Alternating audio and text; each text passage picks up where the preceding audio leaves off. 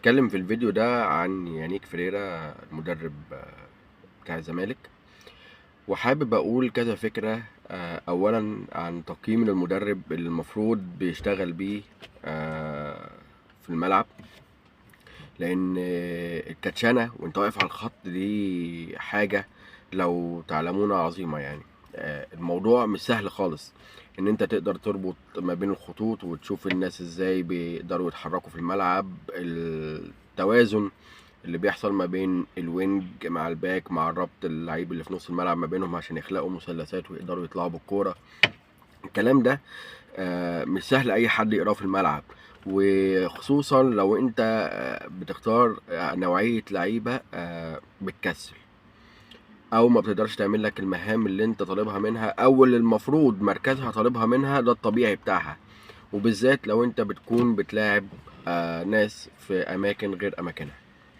فده طبيعي هيأثر على الهارموني اللي بيحصل في الملعب، ويخلي مفيش عدم انسجام، يبقى في عدم انسجام قصدي، ويخلي ان اللعيبه ما بتتحركش بانسيابيه ما بين بعض، ومفيش رابطه ما بينهم. ازاي ده يخش جوه الملعب ويرحل والتاني يفتح له زاويه عشان يقدر يبصيله فيها، والباك يطير من ورا الوينج، والكلام ده كله ان الوينج يقدر يضم على جوه. الكلام ده مش اي حد بيعرف يقراه وهو جوه الملعب. تحفظي على يانيك فريرا بتاع الزمالك ان هو مدرب بيعمل اسطمبات في الملعب. يعني ايه اسطمبات؟ يعني هو انا منزل باك شمال، انا منزل باك يمين، انا منزل نص ملعب دفاعي، انا منزل نص ملعب هجومي. هل انا بقى بقدر اديهم مهام صح عشان يقدروا يتحركوا من خلالها، يقدروا ان هم يطلعوا بالكوره صح عشان يوصلوا للهجوم؟ طبعا كلنا شايفين الماتشات اللي فاتت بتاعت الزمالك، ولقينا ان الموضوع بتاع ان احنا نخرج بالكوره من ورا احيانا بيبقى كويس، واحيانا بيبقى فيه خطوره كبيره جدا بسبب محمد صبحي طبعا، والفهم بتاع ان الحارس لازم يلعب برجليه. وده طبيعي فعلا، لازم الحارس فعلا يلعب برجليه ويقدر يطلع اللعب كويس من ورا عن طريق المدافعين او عن طريق نص الملعب لما حد بيظهر له يعني وكده. بس ما يبقاش الريسك عالي، لان محمد صبحي بيصبر قوي قوي قوي ان المهاجمين تقرب منه، واحيانا لما بيتزنق بيديها اللعيب بيظهر له وهو اصلا ممسوك لمجرد انه يطلع الكرة صح. يعني الطبيعي ان انت لما تلاقي لعيب مزنوق ما ينفعش تديله الكوره، لان انت كده بتورطه وبتخلي اللعيب اللي هو ماسكه لو قطع الكوره دي جون لا محاله بنسبه 70 80% على الاقل. فانت ما ينفعش ان انت اعتمادك كله يكون على محمد صبحي وهو بالعقليه دي، ان هو يفضل يصبر يصبر يصبر ويتقل، والزوايا مش مفتوحه له كويس. احيانا هو بنشوف ان هو بيفتح لما الكرة بتبقى مع محمد صبحي بيفتح بالباكين بيبقوا على جناب منطقة ال 18، واتنين من نص الملعب بينزلوا له، ايا كان بقى هو محمد شحاتة او دونجا او عبد الله السعيد مؤخرا، يعني لما بقى بيلعب واحد بس من محمد شحاتة او دونجا فبينزلوا له الاتنين.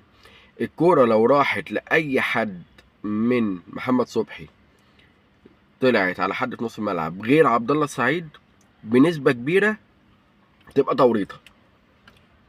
التصرف فيها احيانا بيتم بس بيبقى التصرف مش صحيح 100%. ومش هنقول ان عبد الله ملاك يعني ما بنغلطش، انما عبد الله بيطلع على الاقل الباص بطريقه صحيحه، وبيكون باصص حواليه دايما الكوره هتطلع ازاي. يعني ايه؟ يعني عبد الله قبل ما اصلا بيستلم الكوره بيروح باصص يمينه وشماله زي اي حد بيبص في نص الملعب، او لعيب نص الملعب لازم يكون دي من مهامه ان دايما بيعمل سكان حواليه، فبيبص دايما عنده الحته دي وما بيهابش اللي وراه، ما بيخافش من اللي وراه، فبيعرف ياخد القرار قبل اصلا الكوره ما توصل له، وهو بيجري لسه بياخد لك السبرنت عشان انت تديله الكوره، بيبقى عارف هو يعمل ايه.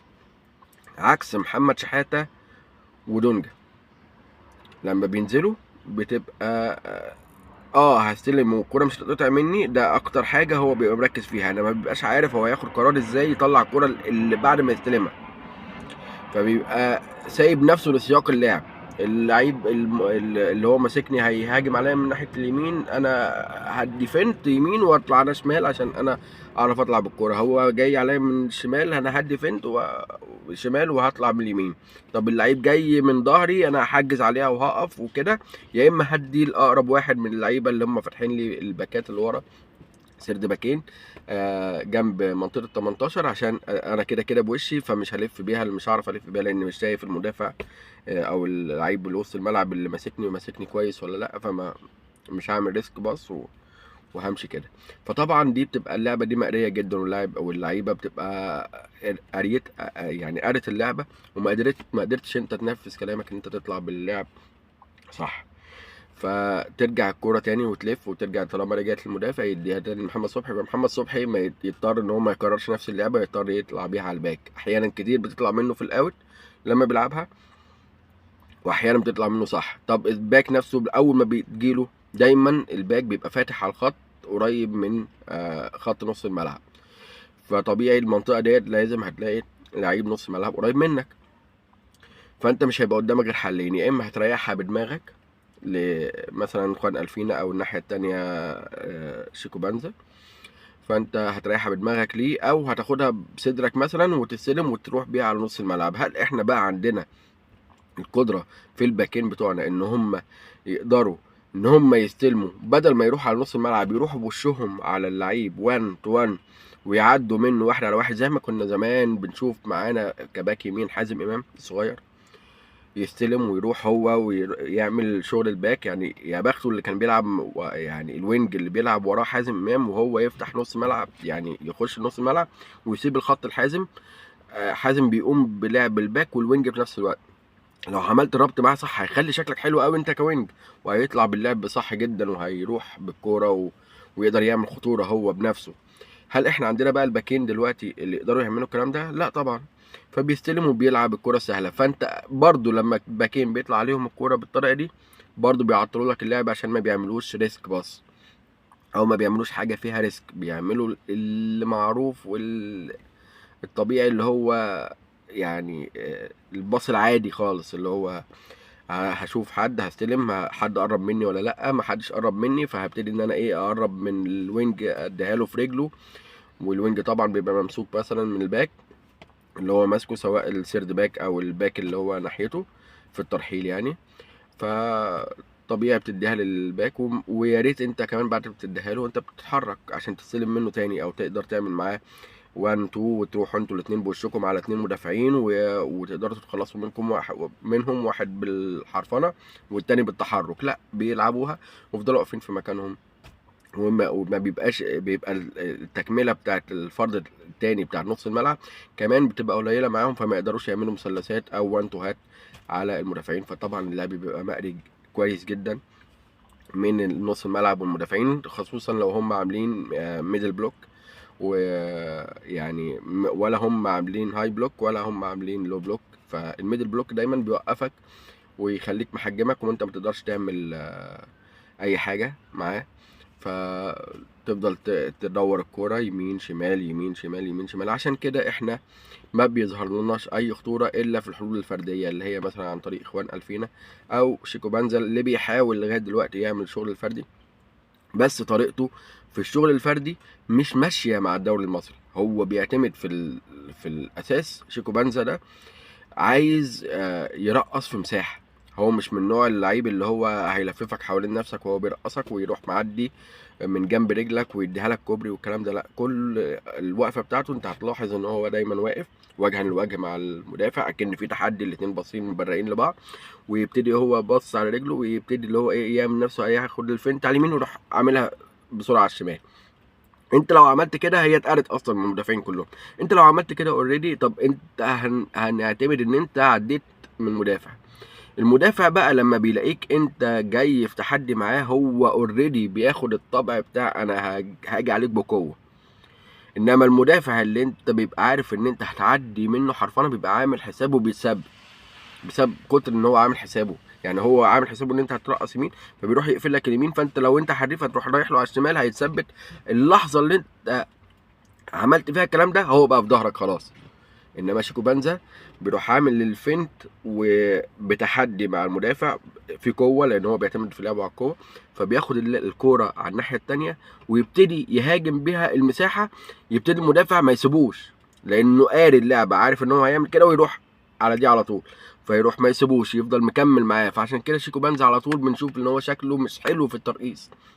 المدافعين بيدوا كتف معاه ويروحوا معاه ويدحروا معاه والكلام ده كله، فالكور تبان عشوائيه وان هو خبطها في حد وراحت جايه له، الكلام ده ما بياكلش عيش.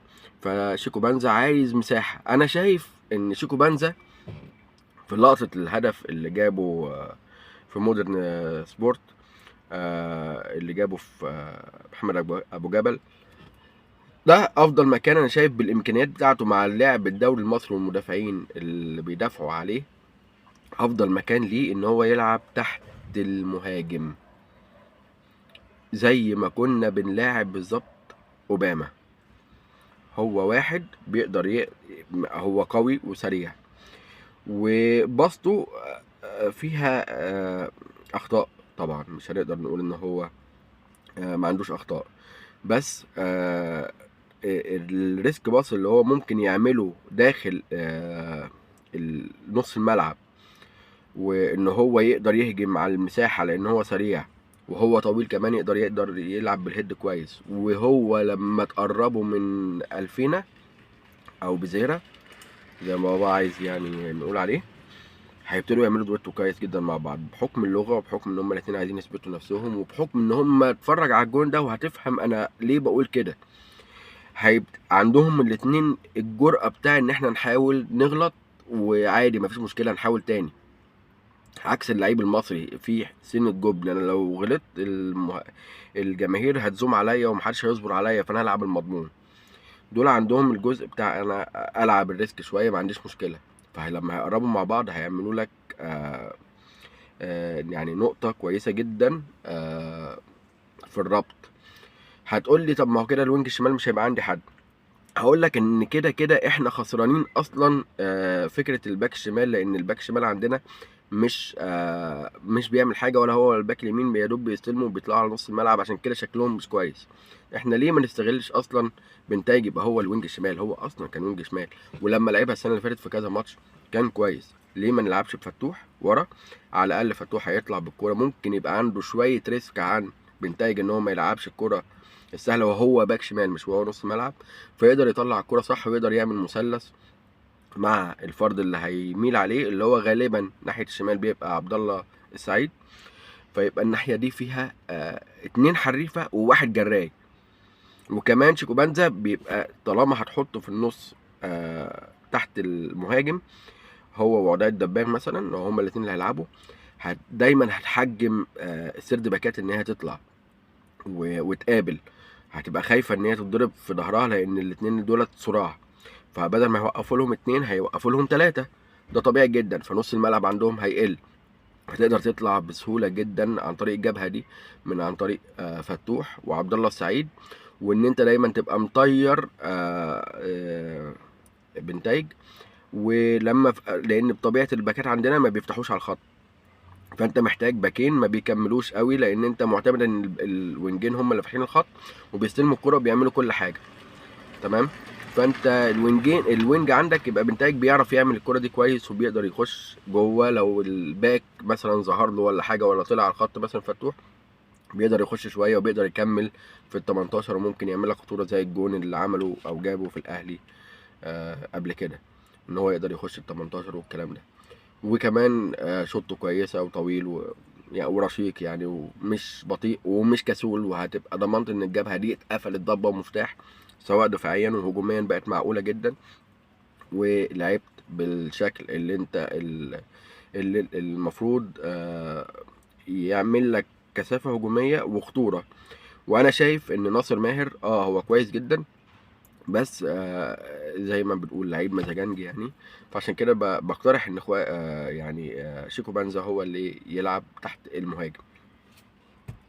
ده الشكل ده هيعمل كثافة دفاعية قدامنا. اي نعم اوريدي ده 3/4 فرق الدوري بيلعبوا بيها، فانت يعملوا لك كثافه، وانت عندك واحد قوي بيهاجم المساحات افضل بكتير من ان هم يعملوا لك كثافه وانت عندك لعيب بيعتمد على الشو والشكل الحلو اكتر من ان هو يقدر يخش ويلتحم ويلعب بالهيد ويروح ويجي والكلام ده كله زي ناصر ماهر. واخر كوره في الماتش اللي فات لما بتاع دجله، لما الكوره جت جاله على شماله ويقدر يحطها ببساطه جدا بالشمال كده في الزاويه اللي قدامه، مش محتاج ان هو يروح في الزاويه البعيده ويعدل نفسه عشان يحطها في الزاويه البعيده ويبقى شكلها حلو بالشمال. لا ده بيعدل والكلام ده. الكوره دي انا متخيل لو شيكو بنزا كانت دي قدامه كان شمعها على الاقل خالص، لو جت في وش الجون هتجيب له ارتجاج. يعني يعني قولا واحدا الشغل بتاع الجون شكله حلو والكلام ده احنا نعمله، احنا كسبانين 3-4-0 يا باشا. انما ترجع لي الفرقه في الماتش وعشان تعدل والكوره يبقى شكلها حلو وجايب لي جون شكله حلو يا حلاوه وخسرنا الماتش في الاخر. ف فريرا او يعني المدرب بتاع يانيك فريرا بتاع الزمالك للاسف ما عندوش المرونه التكتيكيه دي. وزي ما احنا او اتربينا، كنت يعني انا من الجيل اللي كان طالع على الجيل بتاع في النادي الاهلي، يعني كان بيلعب فيه ابو تريكه والكلام ده كله، كان اتفرج على مانويل جوزيه وهو بيقرا الملعب والفرق اللي قدامه بطبيعه ان انت بتتكتل طبعا. ابو تريكه، بركات، عماد متعب، فلافيو، جilberto، انت محتاج ايه يعني؟ طبيعي هتقفل قدامه. كان بيعمل ايه الباشا؟ انا مش بلعب ريال مدريد يا باشا، انا كنت بطلع مدافع وبنزل مهاجم والعب باتنين مهاجمين، وانا برضو مطير اللعيبه بتاعتي دي، ولو جه فيها جون هجيب اتنين، ده اصلا لو عرفوا يطلعوا بالكوره. وموقف لك واحد زي محمد شوقي في نص الملعب ولا حسام عاشور، انسى. انت ما بتلعبش ريال مدريد في الدوري المصري، انت بتلعب فرق متكتله. حتى لو هيتعمل عليك انت هجمات مرتده، انت تقدر ان انت توقف لعيبتك صح في الملعب. ويا عم حتى لو في جه في الجون، انت تقدر تجيب اتنين وتلاته. لازم يبقى عندك المرونه التكتيكيه بتاعت انت مش بتلعب في الدوري الاسباني. الدوري المصري ليه طابع خاص. تلات ارباع الفرق بتلعب في منطقتها وما بيطلعوش ما بيطلعوش بالكوره. وعلى حسب بقى الفرق، يعني شويه اللي ممكن تلاقي عندها مدرب زي مودرن سبورت، زي مثلا سيراميكا، شويه يعني بيبقى قايل للعيب هتعمل ايه لما الكوره تبقى معاك كمدافع، هتطلعها لنص الملعب ازاي وتروح تطلعها للمهاجم ونبتدي نعمل هجمه مرتده صحيحه. انما الباقي يا باشا طفش وواحده وعالي ويلا يا معلم وعيش وانا عيش، ويلا نطلع مع بعض احنا الاتنين بالهيد بقى ونلعب على الكرة التانية ووريني. والقوي فينا بقى اللي فانت هيجروك لمنطقة انت مش هتعرف تجاريهم فيها، لان انت عايز تلعب كورة بقى على الارض وشكلها حلو وتخلي الباك يطلع يستلم من السيرد باك يستلم من حارس المرمى، وربط نص الملعب يعمل لك ينزل لك عشان يستلم ويروح مطلع لك الباك، وهو بيطلع الباك ده يروح الوينج يروح نازل لك نص الملعب عشان يفتح للباك الطريق ويحاول يستلم منه ويروح مطلع على نص الملعب، يكون الباك طار يروح نص الملعب راميها له، والمهاجم بقى يروح نازل واخد القريبة، والوينج اللي عكس يروح واخد البعيدة، او ورقم 10 يروح ضامم معاهم في المنطقة. الكلام ده يا باشا مش محدش هيديلك مساحات ان انت تعمله. الدوري المصري ليه طابع خاص، اضغط عليهم بكل قوتك، ووقف لعيبتك صح في الهجمات المرتدة، هتعمل احلى شغل. هتلاقي الوينجات بتاعتك اولا لازم تبقى حريفة، يعني بزيرة ده ربنا بعته لنا من السما. الوينج التاني لو فكرة بنتاج دي انت مش حاببها، لازم تدور في يناير على وينج تاني يكون جريء. ويا سلام طبعا لو احنا منتظرين فعلا احمد عبد القادر، هيبقى بزيادة واحمد عبد القادر السنة الجاية هيبقى حلو جدا طبعا. اقتراح يعني هيبقى حاجة ممتازة ان احنا الوينجات بتاعتنا سريعة وحريفة وشويطة وبيعرفوا يجيبوا جون هما الاتنين، والباكين دايما طايرين. الاتنين اللي بيلعب في نص الملعب تحت المهاجم لازم يكون بيعرف يلعب بالهيد كويس، عشان انت لو لجأت للكور العرضية ان انت الدنيا مقفوله في النص، فانت هتضطر تلعب على الاجناب وتقدر تلعب كرات عرضيه. طبعا انت لو عندك واحد زي ناصر ماهر ده انسى، هتعتمد على عداء الدباغ وهو ممسوك من واحد في وسط ثلاثه، استحاله يجيب جون، ولا هو ولا ناصر منسي ولا اي حد. فانت يا باشا هتفضل كده معلق نفسك وشكلك وحش ومش عارف توصل لجون الفرق، واي فرقه بتلعب عليك بتقف لك ورا وبتحدد اقامتك زي ما بيقولوا، ويخليك تفضل تنقل ورا كده ويفضل يسكسك بس قدامه ويضغط على نص ملعبك عشان ما تعرفش تطلع بالكوره. خلاص كده انت اتقريت وعرفت تعمل حلول. فانت لازم يبقى عندك مرونه تكتيكيه ان انت تقدر تطلع بالكوره، ويكون عندك حلول في الملعب. مش شرط عشان انا منزل 4 مدافعين يبقى في اماكنهم، لا لا لا يا باشا، انت في 2 مدافعين بيفضلوا واقفين نص الملعب، الباكين واحد لازم فيهم يضم ويخش في نص الملعب، والتاني يقف في مكانه برضو قريب من نص الملعب، عشان تقدر تطلع بالكرة صح وتفضل زانق الفرقة اللي قدامك. يعني انت بتاخد الكرة معاك وانت بتهاجم، الباكين بتوعك بيقلبوا اكنهم لعيبة نص ملعب بالظبط. يعني انت بتقلبها 2-4-3-1 في حالة الهجوم، 2-4-3-1. فالسيرد باكين، الباكين بيروحوا ضامين لجوه، في نصهم واحد زي دونجا مثلا او محمد شحاته، قدامه بقى عبد الله سعيد وشيكو بنسا، الاثنين الوينجين ضامين على جوه، وقدامهم وداد الدباغ. يبقى انت كده فتحت الملعب من بالوينجين بتوعك. وطبعا مع الربط ده الوينج بتاعك هيبتدي يربط مع الباك. الباك مثلا طلع كرة للوينج، هيبتدي هو يروح ياخد طريقه يرحل الباك التاني، يبقى لعيب نص ملعب مع محمد شحاته، والباكين اللي ورا طبعا مأمنين. وتبتدي انت على حسب اللعب في انهي وينج انت بتبتدي ترحل اللعب ده، تبتدي بقى تلعب عرضيه، تبتدي الحل الفردي، تبتدي انت تشوط من بره، عندك ناس شويطه كلهم طماعين ان هم يجيبوا جون. كده انت عملت الصح. انما هتفضل اللعب ورا والكلام ده كله هم واقفين عمالين يتفرجوا عليك، اللهم صل على النبي، خلاص انسى يا باشا. الدوري هيكون راح والدنيا حلوه، واول ما تلاعب فرقه بقى بتعرف تطلع بالكوره صح، وانت عايز تطبق الكلام ده عليهم، او بيعرفوا يعملوا ضغط عالي وقدروا يغلطوا واحد زي محمد صبحي في الطلوع بالكوره، هتلاقي الكوره يا اما كل شويه محذوفه للباك وطالعه بره في الاوت، يا اما هيضطر يورط فيها اي لعيب من لعيبه النص، وهيتهجم عليهم من لعيبه النص بتاعه الفرقه الثانيه وتعمل عليهم الضغط العالي. ولو طلعت بكوره مش هتعرف تطلع بالثلاثه اللي بعديهم، وهتبقى كلها زنقه زنقه زنقه زنقه زنقه. مش هيبقى عندك مفر غير ان انت تفضل تطلع بالكره العاليه على المهاجم. ولو ممسوك معاه مدافع كويس وبيعرف يلعب هو كمان الكره العاليه، هتخسر دي ومش هيبقى محطه والكلام ده كله. فهنبقى يعني معمول لنا مصيده. فلازم يكون عندك يا فيريرا يعني مرونة تكتيكية في ان انت الماتش مش مجرد ان انا رصاص اللعيبة 4-2-3-1 وعندي واحد بيطلع اللعب والكلام ده كله زي عبد الله السعيد، وانا مرجعه بقى في مركز 6 عشان يقدر هو باص للملعب يقدر يطلع لي كرة صح والكلام ده كله. حلو قوي الكلام ده كله، بس احنا ما بنشوفش الزمالك بيروح يجيب اجوان ولا بيجيب خطورة، يعني الشكل مفيش حلو. فلازم الدنيا يعني تبقى افضل شوية. وسعيد جدا ان انا معاكم في اول حلقة في الكلام عن الزمالك. ان شاء الله بعد كده هنقدر نتكلم برضو عن الفرق التانية ونحلل برضو هما بيقولوا ايه او بيعملوا ايه في الملعب، عشان نشوف الشكل بتاعهم اثناء اللعب واثناء حيازة الكورة واثناء ان هما بيحضروا لعب ازاي وازاي بيقدروا يفنشوا الكلام ده كله. فان شاء الله معاكم في الحلقات اللي جاية، معاكم ايهاب ابو الهنا، وان شاء الله الحلقة تعجبكم. شكرا.